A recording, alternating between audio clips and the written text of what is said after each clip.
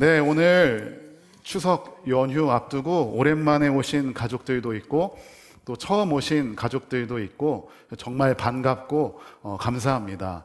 그리고 이제 명절이라 출타하여서 또 이 자리에 없지만 유튜브로 또 예배 드리시는 분들도 이곳과 동일한 은혜가 있기를 바랍니다. 우리 그냥 앞뒤 좌우로 편하게 좀 인사해 보겠습니다. 당신이 있어서 행복합니다. 네. 네, 잘 오셨습니다. 여러분 요즘 뉴스 보면 좀 안타까운 소식들이 몇 가지 있는데 그중에 요즘 좀 자주 눈에 띄는 뉴스가 있더라고요. 유괴를 하려다가 미수에 그치는 사건들이 많습니다. 50대 남성이 70대 남성이 차를 타고 가다가 혹은 가다가 길가에 있는 초등학생들을 유인해서 유괴를 하려다가 실패했다라는 뉴스들을 종종 보게 됩니다. 여기에도 초딩들이 있지만 여러분 모르는 사람 있으면 따라가야 됩니까? 따라가면 안 됩니까? 절대 안 됩니다. 모르는 사람 따라가면 안 됩니다. 근데 자꾸 꼬시죠. 내가 아저씨가 사탕 줄게, 아저씨가 아이스크림 사줄게, 아저씨가 뭐 사줄게, 아저씨 따라오지 않을래? 여러분 부모님도 자주 강조하지만 모르는 아저씨 절대로 따라가면 안 됩니다. 그러면 낭패를 보게 되고 어떤 위험한 일을 당할지 모릅니다. 그런데 알면 괜찮습니다.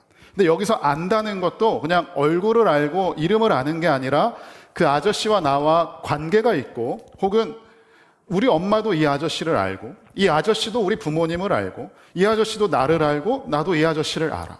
이렇게 관계가 형성되어 있으면 따라가도 됩니다. 그럼 목사님이 따라오라고 하면 와야 돼요? 안 와야 돼요? 안 와야 된다고? 와야지. 목사님이 아이스크림 사줄게, 메롱바 사줄게 하면 와야죠. 먹을 복이 있는 자는 올지어다. 자, 여러분 따라가야 됩니다. 내가 관계가 있고 내가 알고 있고 내가 아는 사람은 따라가야 합니다. 반대로 알지 못하면 따라가지 말아야 합니다. 자, 여러분 우리는 그리스도를 따라가는 사람입니다.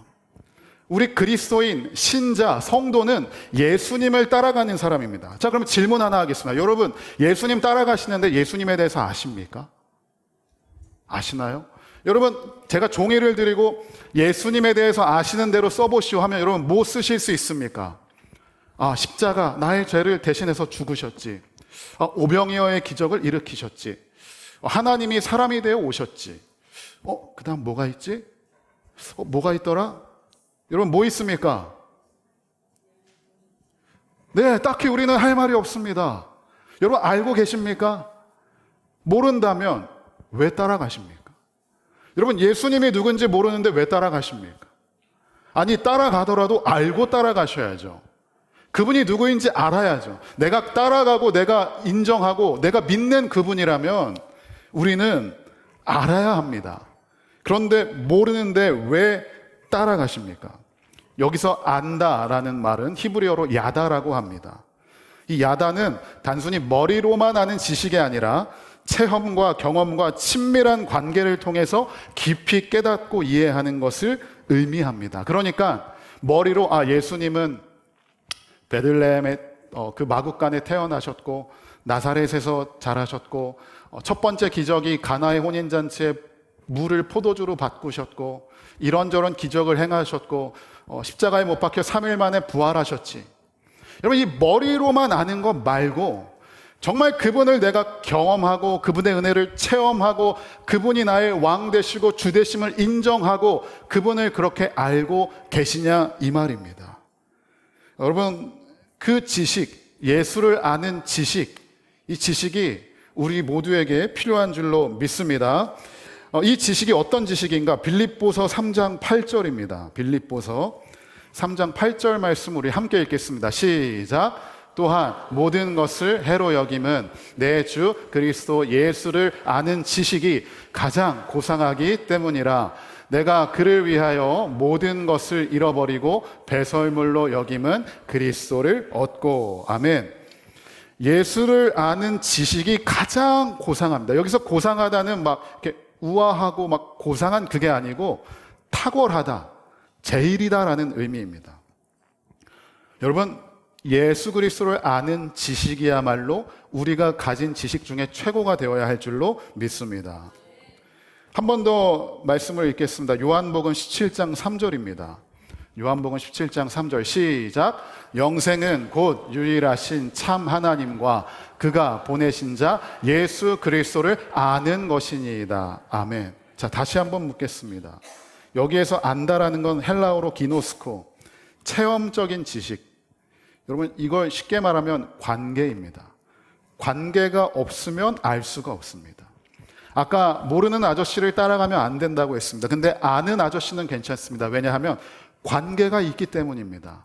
안다라는 것은 즉 관계가 있고 관계가 있기 때문에 그 대상을 체험하고 경험한 것을 의미합니다.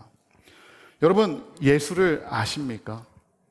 머리로만 아는 거 말고요.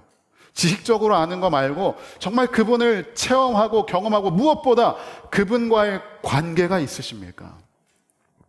여러분, 직분이 중요한 게 아닙니다. 집사, 권사, 장로가 중요한 게 아닙니다. 교회를 10년, 20년, 30년 다닌 게 중요한 게 아닙니다. 교회를 100날 다니면 뭐 합니까? 예수를 알지 못하는데. 여러분, 그것만큼 비참한 게 없습니다. 내가 집사, 권사인데 예수를 모릅니다. 여러분, 이거 불행한 것이고 이거는 너무 불쌍한 것입니다. 평생을 교회 다녔는데 제일 불쌍한 사람이 누구라고요? 평생 교회 다니고 지옥 가는 사람입니다.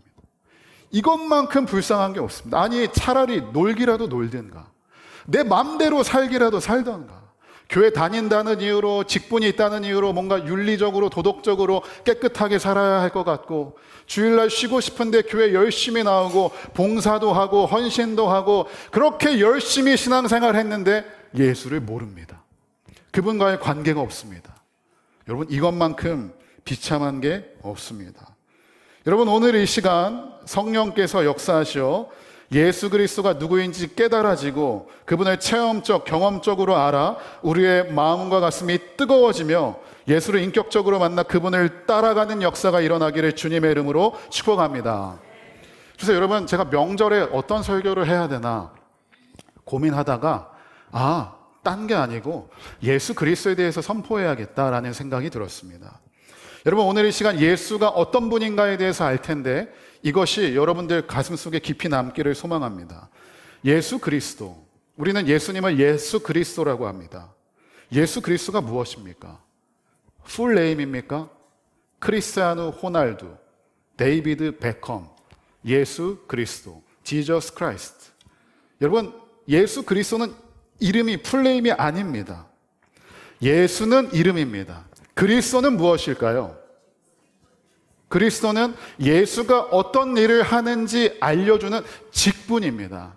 여러분, 박건호 목사, 그러면 박건호라는 사람은 목사구나.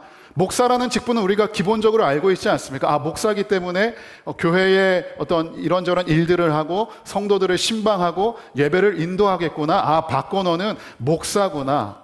목사라는 직분을 알아야 박건호를 이해할 수 있습니다. 마찬가지로 예수 그리스도, 그리스도는 직분입니다. 예수님이 어떤 일을 하는 분인가, 예수님은 어떤 분인가를 이 그리스도를 보면 알 수가 있습니다. 그래서 여러분, 예수 그리스도, 예수님이 누구인지 진짜로 알기 위해서는 우리는 어떤 걸 알아야 할까요? 그리스도를 알아야 합니다. 그리스도를 알면 예수가 누구인지 우리는 알 수 있습니다. 자, 여러분, 그러면 그리스도의 뜻이 무엇입니까? 우리 맨날 예수 그리스도, 예수 그리스도, 예수는 그리스도 찬양합니다. 그리스도가 무슨 뜻입니까? 여러분, 확실하게 하지 마시고 확실하게 얘기해 보십시오. 그리스도가 무슨 뜻입니까? 기름 부음을 받은 자입니다. 기름 부음을 받은 자. 여러분, 이 그리스도가 신약에서는 그리스도고 구약에서 히브리어로 이걸 뭐라고 하는지 아십니까? 메시아입니다. 정리할게요. 구약에서 메시아가, 신약에서 뭐라고요? 그리스도. 이 그리스도의 뜻이 무엇입니까? 기름 부음 받은 자. 이 그리스도가 영어로 크라이스트, 지저스 크라이스트입니다. 자, 그리스도, 예수 그리스도, 기름 부음 받은 자. 자, 그러면 예수님은 기름을 받았다는 것이죠. 예수 그리스도니까. 자, 근데 여러분, 기름 부음 받은 자, 기름 부음 받은 자. 이 구약에서 기름을 부을 때에 딱 세 가지 직분을 세울 때 기름을 붓습니다. 여러분 혹시 제가 위임할 때 제 머리에 올리브유를 붓던가요? 안 붓죠. 목사가 될 때 막 머리에 기름을 부으면서 목사로 세우지 않습니다. 근데 여러분 구약을 보니까 세 가지 직분을 세울 때 기름을 붓더라고요. 이 세 가지 직분 기름을 부으면서 이 세 가지 직분을 임명합니다. 첫 번째, 우리 사무엘상 10장 1절을 함께 읽겠습니다. 우리 함께 읽겠습니다. 시작. 사무엘이 기름병을 가져다가 사울의 머리에 붓고 입맞추며 이르되 여호와께서 내게 기름을 부으사 그의 기업의 지도자로 삼지 아니하셨느냐. 아멘. 자, 사무엘상 16장 13절도 한번 같이 읽겠습니다. 시작. 사무엘이 기름 뿔병을 가져다가 그의 형제 중에서 그에게 부었더니 이날 이후로 다윗이 여호와의 영에게 크게 감동되니라. 사무엘이 떠나서 라마로 가니라. 아멘. 자, 첫 번째 이 직분을 세울 때 기름을 붓습니다. 어떤 직분일까요? 왕. 구약에서 왕을 세울 때 기름을 붓습니다. 사울 왕이 이제 임명받아서 왕이 될 때 사무엘이 그의 머리에 기름을 붓고 다윗이 왕으로 세워질 때 그의 머리에 기름을 부어 왕으로 세웁니다. 여러분 왕은 무엇을 하는 사람이죠? 나라를 통치하는 사람입니다. 여러분 힌트 드립니다. 왕은 나라를 통치하는 사람입니다. 자, 첫 번째 직분 왕. 두 번째 직분을 세울 때도 기름을 붓습니다. 그것은 무엇일까요? 출애굽기 28장 41절 말씀에 그 정답이 나와 있습니다. 함께 읽겠습니다. 시작. 너는 그것들로 내 형 아론과 그와 함께한 그의 아들들에게 입히고 그들에게 기름을 부어 위임하고 거룩하게 하여 그들이 제사장 직분을 내게 행하게 할지며. 아멘. 자, 왕에 이어서 어떤 직분을 세울 때 기름을 붓는다고요? 제사장. 그렇습니다. 제사장. 여러분 제사장은 무엇을 하는 사람입니까? 제사를 인도하는 사람. 하나님과 인간을 다시 이어주는 사람이 제사장입니다. 이걸 기억하십시오. 자, 그리고 하나가 더 있습니다. 하나가 더 있습니다. 그게 만약에 목사였다면 저는 목사 안수를 받을 때 기름을 부음을 받았을 텐데 목사가 아니라 세 번째 직분, 그것은 바로 열왕기상 19장 16절에 그 정답이 나와 있습니다. 우리 함께 읽겠습니다. 시작. 너는 또 님시의 아들 예후에게 기름을 부어 이스라엘의 왕이 되게 하고 또 아벨무홀라 사밧의 아들 엘리사에게 기름을 부어 너를 대신하여 선지자가 되게 하라. 아멘. 자, 왕에 이어 제사장에 이어 마지막 직분 무엇입니까? 선지자입니다. 여러분 이거 외우십시오. 메시아, 그리스도, 기름 부음 받은 자. 기름을 어떤 직분에게 부었다고요? 세 가지. 첫 번째 왕, 두 번째 제사장, 세 번째 선지자입니다. 그러면 선지자는 어떤 사람입니까? 하나님의 말씀을 선포하고 진리를 선포하고 생명의 길을 선포하는 사람입니다. 이 세 가지 직분이 기름 부음 받은 직분입니다. 자, 근데 예수 그리스도래요. 자, 그 말은 예수는 뭐라고요? 예수 그리스도면 이 그리스도 안에 세 가지가 있죠. 이걸 접목시켜 봅시다. 예수는 왕, 예수는 제사장, 예수는 선지자. 여러분 이제 예수가 어떤 분인지 좀 이렇게 감이 오시죠? 예수 그리스도, 그냥 말만 예수 그리스도, 예수는 그리스도, 예수는 주. 뭐 하는지 알아야죠. 그분이 어떤 분인지 알아야죠. 그리스도가 뭔지를 알아야죠. 제사장, 왕, 제사장, 선지자. 예수는 우리의 왕 되시는 줄로 믿습니다. 또한 예수는 우리의 제사장 되시는 줄로 믿습니다. 마지막으로 예수는 우리의 선지자 되는 줄로 믿습니다. 근데 여러분 예수는 왕이랍니다.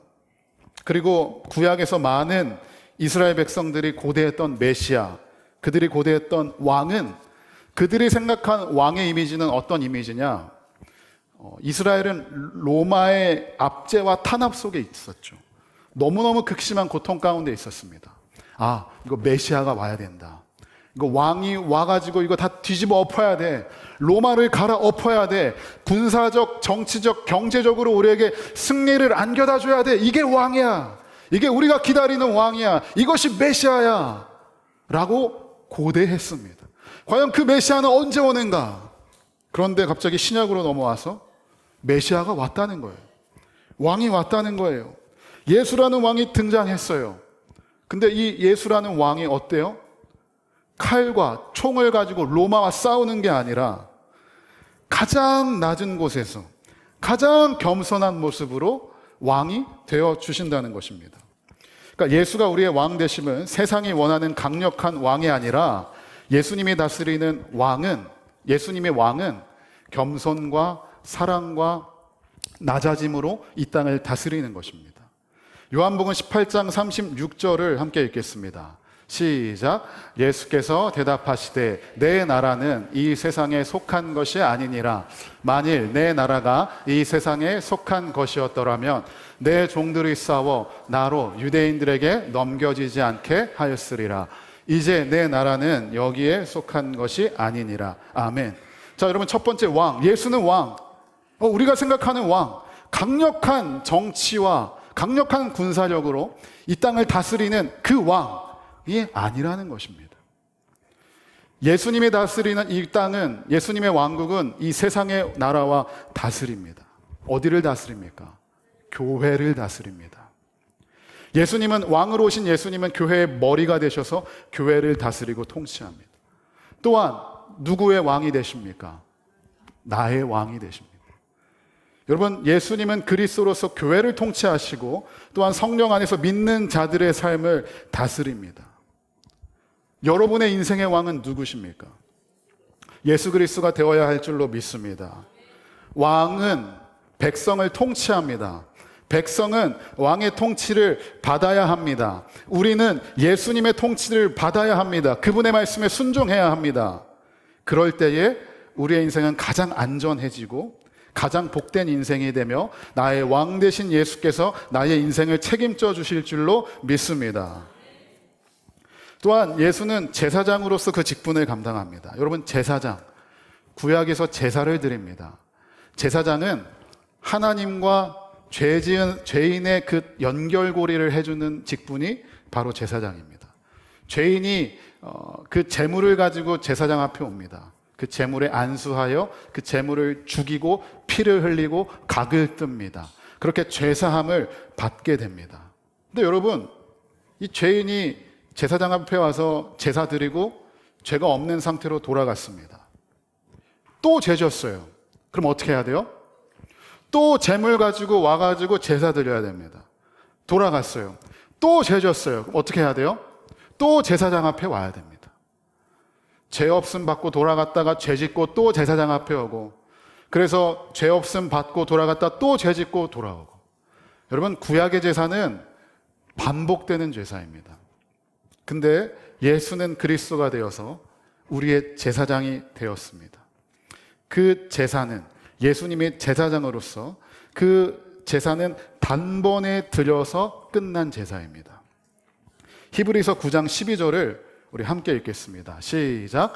염소와 송아지의 피로 하지 아니하고 오직 자기의 피로 영원한 속죄를 이루사 단번에 성소에 들어가셨느니라. 아멘.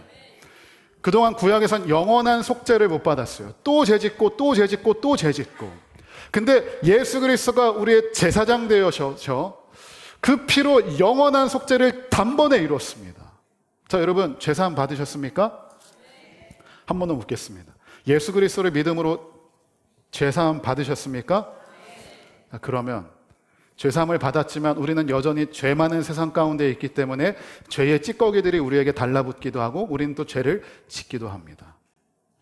여러분, 그러면 우리는 또 그 죄를 속죄하기 위해서 뭔가를 해야 하나요? 우리는 이 기본적으로 그 개념이 있습니다. 업보의 개념이 있어요. 우리 한국 사람들은 업보의 개념이 있습니다. 업보가 무엇입니까? 내가 잘하면 뭐 받아요? 복 받고. 뭔가 나에게 불행이 닥치면 내가 뭐 한 거예요? 죄 지은 거예요. 이게 업보의 개념입니다. 여러분, 우리 죄사함을 받았어요. 그 죄사함이란 현재의 죄만 얘기하지 않습니다. 과거의 죄, 오늘의 죄, 미래의 죄까지 모든 죄를 주님께서 단번에 끝내셨습니다. 자, 근데 우리는 살다가 죄를 짓습니다. 근데 그 죄 지었다고 해서 우리는 지옥에 가는 것이 아닙니다. 왜냐하면 죄사함을 받았기 때문입니다. 그러나 우리는 회개해야죠. 왜 회개해야 합니까? 주님의 은혜를 값싼 것으로 만들었기 때문에 회개해야 합니다. 여러분 명심하십시오. 우리의 죄사함은 단번에 끝난 줄로 믿으시기 바랍니다. 그것을 위해서 예수가 그리스도 되시고 제사장이 되셨고 이 땅 가운데에 오신 것입니다. 내가 죽어야 되는데 예수님이 대신 죽었습니다. 내가 하나님의 진노의 심판을 받아야 하는데 예수님께서 대신 그 심판을 받으셨습니다. 그것이 바로 제사장 되신 예수님입니다. 마지막으로 예수님은 선지자입니다. 선지자는 바른 길을 제시하는 사람입니다. 여러분 그쪽으로 가시면 안 됩니다. 위험해요. 이쪽으로 오세요. 이쪽으로 오세요. 여러분 요즘 도로 다니면 도로공사 왜 이렇게 많이 하는지 모르겠습니다. 운전할 때마다 도로공사가 낮이고 밤이고 너무 많이 하는데 여러분 공사할 때 가장 앞에 서 있는 사람이 있습니다. 가장 앞에 서 있는 직분자가 한 명 있습니다. 그게 누군지 아십니까? 신호수입니다.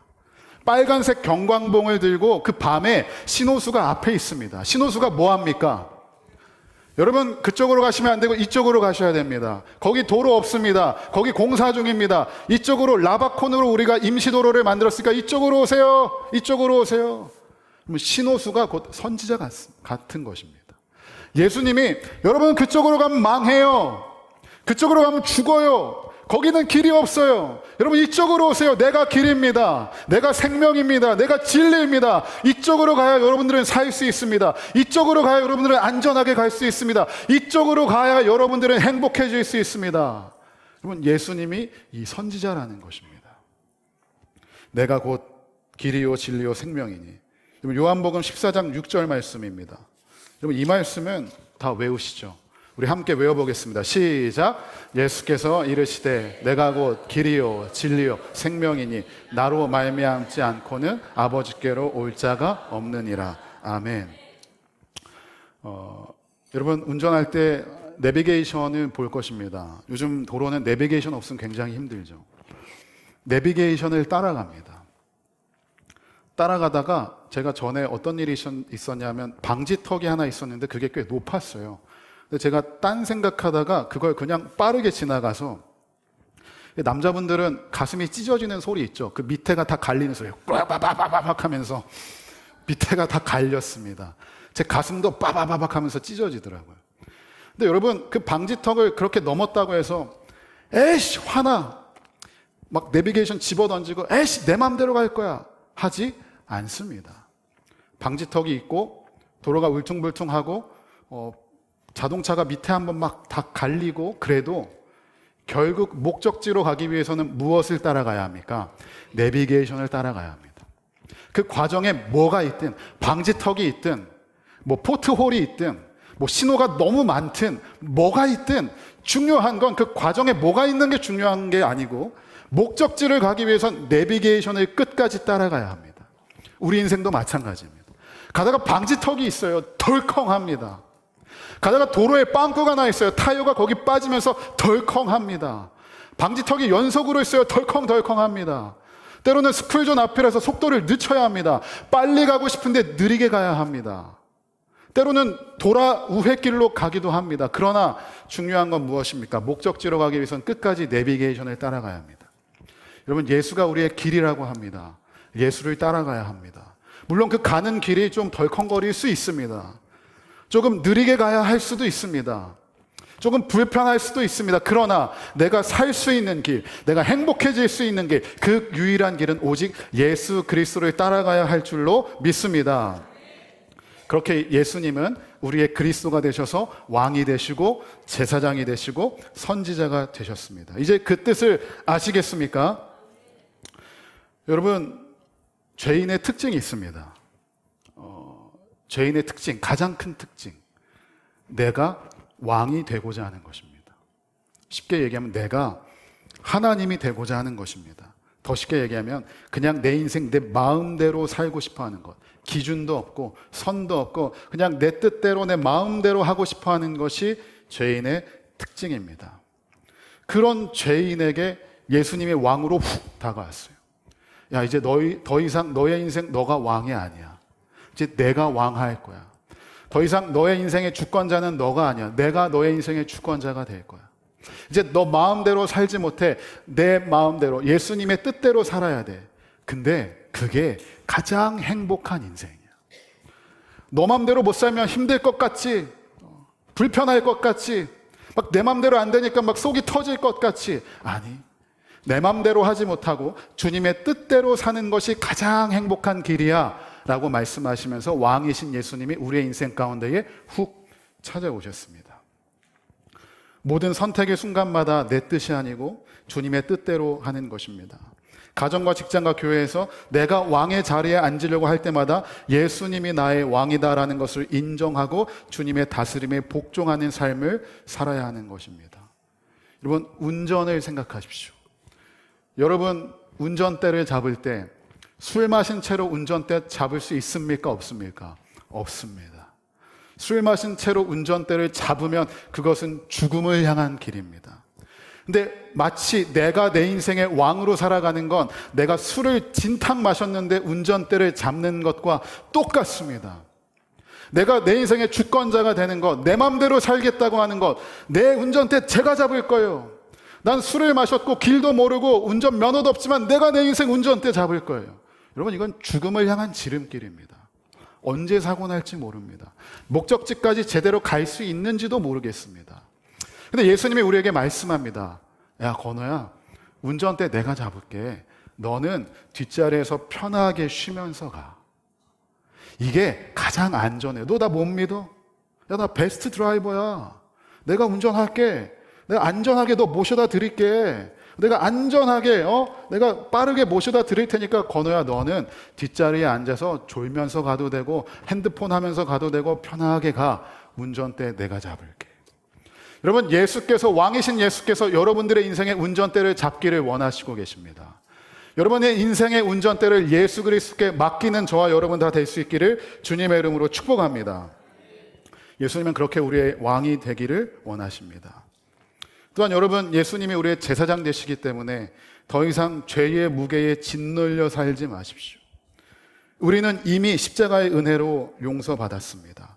그리고 심지어 지금도 예수님은 하나님 보좌 우편에서 나를 위해 끊임없이 중보하고 기도하고 계신다는 사실입니다. 여러분, 아까 죄인의 특징이 왕이 되고자 하는 것이라고 했죠. 두 번째 특징이 있습니다. 죄인의 특징. 죄책감에 사로잡힌다는 것입니다. 죄를 탁 짓는 순간 사탄 마귀가 내 귀에다 대고 참수하기 시작하는데 뭐라고 하냐? 야, 네가 그러고도 하나님의 자녀냐? 야, 네가 그러고도 목사냐? 아유, 이 머저리 같은 놈. 여러분, 이 음성이 들립니다. 죄를 지으면 그때다 하고 사탄 마귀가 와서 야, 네가 그러고도 하나님의 자녀냐? 야, 네가 그러고도 하나님이 너 사랑할 것 같냐? 야, 넌 끝났어 임마. 하나님이 너 안 사랑해. 네가 이런 죄를 지었는데 하나님이 너 사랑할 것 같아? 아니야, 넌 끝났어. 망했어. 넌 하나님의 자녀가 아니야. 라고 사탄 마귀는 죄인에게 끝까지 참소합니다. 근데 여러분, 그 죄책감에 속지 마십시오. 하나님은 여전히 우리를 끝까지 사랑하시는 줄로 믿습니다. 그 근거가 무엇입니까? 예수께서 나의 모든 죄를 뒤집어 씌우고 십자가에 못 박혀 죽었기 때문입니다. 여러분, 제가 자주 예화로 드는 이야기가 있죠. 어떤 한 목사님이 목회하다가 엄청난 죄를 저지르고 모든 목회 사역을 내려놓고 이제 떠났습니다. 회개하는 가운데, 오랜 시간 회개하고 자중의 시간을 갖는 가운데 이 목사님이 자다가 꿈을 꿨어요. 저쪽에 하나님의 심판대가 있는데 죄인들이 쫙 줄 서 있는 거예요. 그리고 저기 앞에서부터 이제 하나님의 심판을 받고 있어요. 죄인들이 쫙 서 있는데. 근데 그 죄인들의 목에 보니까 팻말이 하나씩 걸려 있는 거야. 팻말이. 그 사람마다 그 팻말에 적힌 죄명이 달라요. 누구는 살인, 누구는 강간, 누구는 상해, 폭력, 인신매매, 유괴, 사기, 이런 다 죄목이 다 여기 걸려 있는 거예요. 이 목사님도 자기가 지은 죄의 모든 목록이 다 여기 적혀 있고 이걸 들고 그 심판대 앞을 향해 가고 있는 거예요. 아, 내가 이런 쓰레기지. 내가 이런 죄인이지. 하나님의 그 엄중한 심판을 기다리면서 초조하고 불안한 마음으로 자기 죄목에 적힌 팻말을 걸고 기다리고 있습니다. 근데 저기서부터 누가 막 뛰어와요. 전속력으로 뛰어와요. 그리고 내 목에 걸린 그걸 가져다가 자기 목에다 겁니다. 야, 나와! 줘! 하고 자기 목에 겁니다. 그리고 너 그냥 빨리 꺼져! 저기 가! 내가 여기 있을 거야. 내가 심판받을 거야. 그분이 누구입니까? 예수님이라는 것입니다. 우리가 죄 가운데 고통받을 때, 죄책감 가운데 사로잡혀서 자유하지 못할 때 주님이 나를 향해서 전속력으로 뛰어오십니다. 그리고 내 목에 걸린 죄의 팻말을 가져다가 자기 목에 거시고 내가 죽어야 하는 십자가에 자신이 못 박혀 죽으시고 그 단번에 속죄함으로 우리는 죄에서 자유함을 얻게 되었습니다. 죄에서 자유함을 얻었으니 더 이상 죄책감이 우리를 사로잡지 못할 줄로 믿습니다. 사탄 마귀가 우리가 죄 지었을 때에 여전히 죄 가운데에 연약한 가운데에 죄의 때들이 우리 가운데 묻을 때에 참수할 것입니다. 네가 그러고도 하나님의 자녀냐? 하나님은 널 사랑하지 않아. 너가 그러고도 하나님의 사랑을 받을 수 있다고 생각하냐? 넌 자격이 없어 라고 할 때에 선포하십시오. 아니, 난 하나님의 자녀 맞아. 그분이 나의 죄를 대신해서 못 박히셨어. 내가 지금 연약해서 죄를 지었지만 그럼에도 불구하고 나를 하나님이 사랑하셔. 여러분, 우리가 입술로 이것을 선포해야 할 줄로 믿습니다. 이것이 바로 제사장 되신 예수님입니다. 여러분, 그리고 죄인의 특징 세 번째, 자꾸만 행복을 찾아 헤맵니다. 이게 죄인의 특징이에요. 행복을 찾아 헤매요. 여러분, 행복해지고 싶다. 이 말은 무엇이 전제되어 있는 건지 아십니까? 지금 행복하지 않다는 것입니다.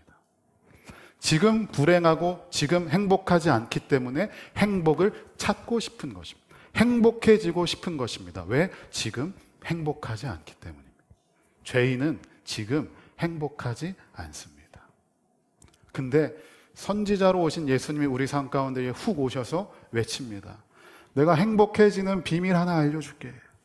내가 행복해질 수 있는 길 알려줄게. 야, 돈 거기로 가지 마. 그것이 너에게 행복을 주지 못해. 명예와 권력? 야, 거기로 가지 마. 그 길로 가도 너 행복 거기서 못 찾아. 어디 저기 뭐 명문대 좋은 직장 어디, 야, 거기에 행복이 없어 이놈들아.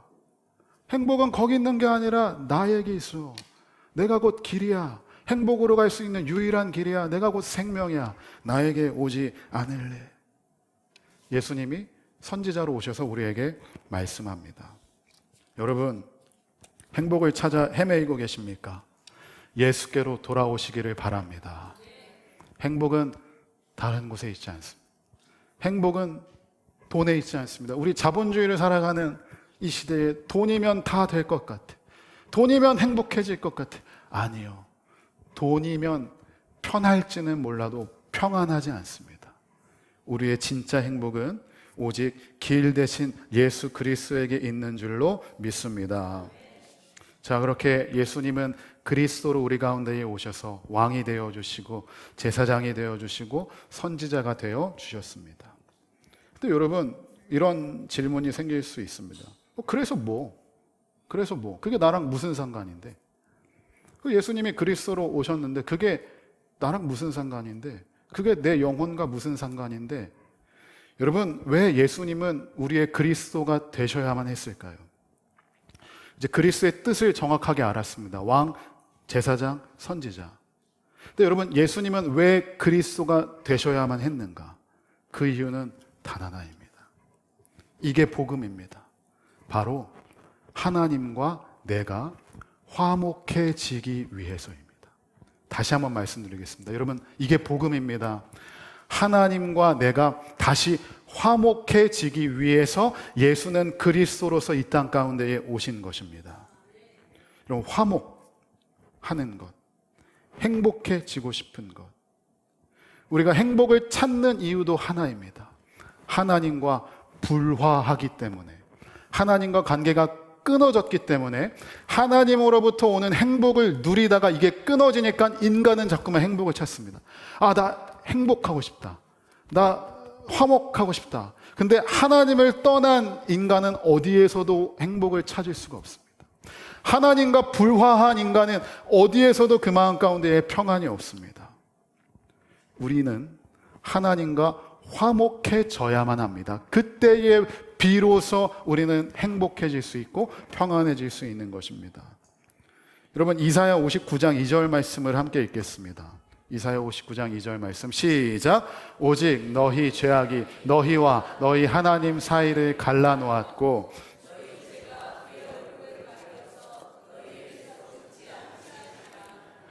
아멘. 여러분, 죄가 나와 하나님 사이를 갈라놓았습니다. 하나님으로부터 오던 생명, 하나님으로부터 오던 행복, 하나님으로부터 오던 화목이 이 죄 하나로 인해 모든 것이 끊어지고 갈라졌습니다. 돌아섰습니다. 하나님과 불화한 인간은 행복을 찾지만 행복해지지 못하고 평안함을 쫓지만 평안해지지 못합니다. 왜 그렇습니까? 하나님과의 관계가 끊어졌기 때문입니다. 마치 밑에가 깨져버린 장독대처럼 물을 부어도 행복을 부어도 평안을 부어도 그 밑빠진 독으로 계속 빠져나갑니다. 행복해지기 위해서 열심히 살고 돈도 열심히 벌고 좋은 대학도 들어가고 좋은 직장도 가고 내가 뭔가 열심히 하지만 내 영혼에 빵꾸가 나 있습니다. 채워 넣으면 넣을수록 자꾸만 빠져나갑니다. 허무해집니다. 공허해집니다. 도대체 행복은 어디에 있는 것인가? 여러분, 하나입니다. 하나님과 불화하기 때문입니다. 복음이 무엇입니까? 우리 모두가 하나님과 불화, 하나님과 갈라서서 지옥의 영원한 형불로 향하고 있는데 하나님께서 예수 그리스도를 통하여서 구원의 길을 열어주셨다는 것입니다. 죄, 회개, 믿음, 그리고 예수가 그리스도 되심을 이야기하지 않는다면 그건 복음이 될 수가 없습니다. 자, 그러면 다시 한번 질문하겠습니다. 예수가 그리스도가 되심이 나와 무슨 상관인가? 예수는 왜 그리스도가 되셔야만 했는가? 그 이유는 무엇입니까? 다시 하나님과 화목해지기 위해서. 하나님과 불화하고 갈라졌던 우리가 다시 하나님과 화목해지기 위해서 예수는 그리스도가 되신 것입니다. 예수 믿으면 부자가 됩니다. 예수 믿으면 병이 낫습니다. 예수 믿으면 잘 삽니다. 그리고 복음은 이 수준이 아닌 것입니다. 복음의 수준이 여기서 끝나는 것이 아닙니다. 복음의 핵심, 복음은 명료합니다. 무엇입니까? 예수가 그리스도가 되심으로 말미암아 우리는 다시 하나님과 화목하게 되었고 다시 하나님과 연결되었고 이제 다시 하나님으로부터 오는 행복과 생명과 평안을 누리게 되었습니다. 이것이 복음인 줄로 믿습니다. 이게 가장 기쁜 소식인데 이것보다 더 좋은 소식은 없는데 왜 자꾸만 예수 믿으면 복 받겠지, 예수 믿으면 돈 많이 벌지, 예수 믿으면 병이 낫지, 왜 그 수준에 머물러 계십니까? 우리 로마서 5장 10절과 11절 말씀을 같이 함께 읽겠습니다. 10절과 11절 시작. 우리가 원수 되었을 때에 그의 아들의 죽으심으로 말미암아 하나님과 화목하게 되었은즉 화목하게 된 자로서는 더욱 그의 살아나심으로 말미암아 구원을 받을 것이니라. 그뿐 11절 그뿐 아니라 이제 우리로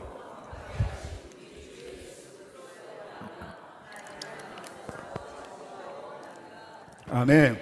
자, 여러분, 우리는 예수 그리스도로 말미암아 하나님과 어떻게 되었습니까?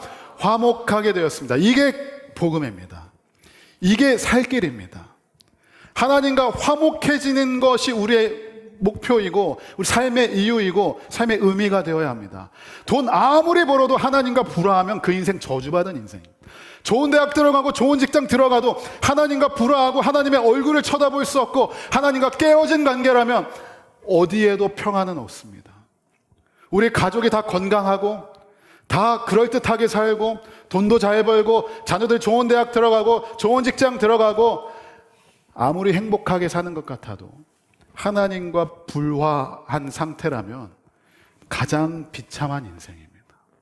근데 여러분, 우리 인생에 병이 찾아올 때도 있고 때로는 경제적 어려움이 찾아올 때도 있고 때로는 세상적인 기준으로 볼 때 별 볼 일 없는 인생일 때도 있습니다. 그러나 하나님의 얼굴을 바라볼 수 있고 하나님과의 관계가 바로 되어 있고 하나님과 화목한 관계에 있다면 그 인생 가장 성공하고 행복한 인생일 줄로 믿습니다.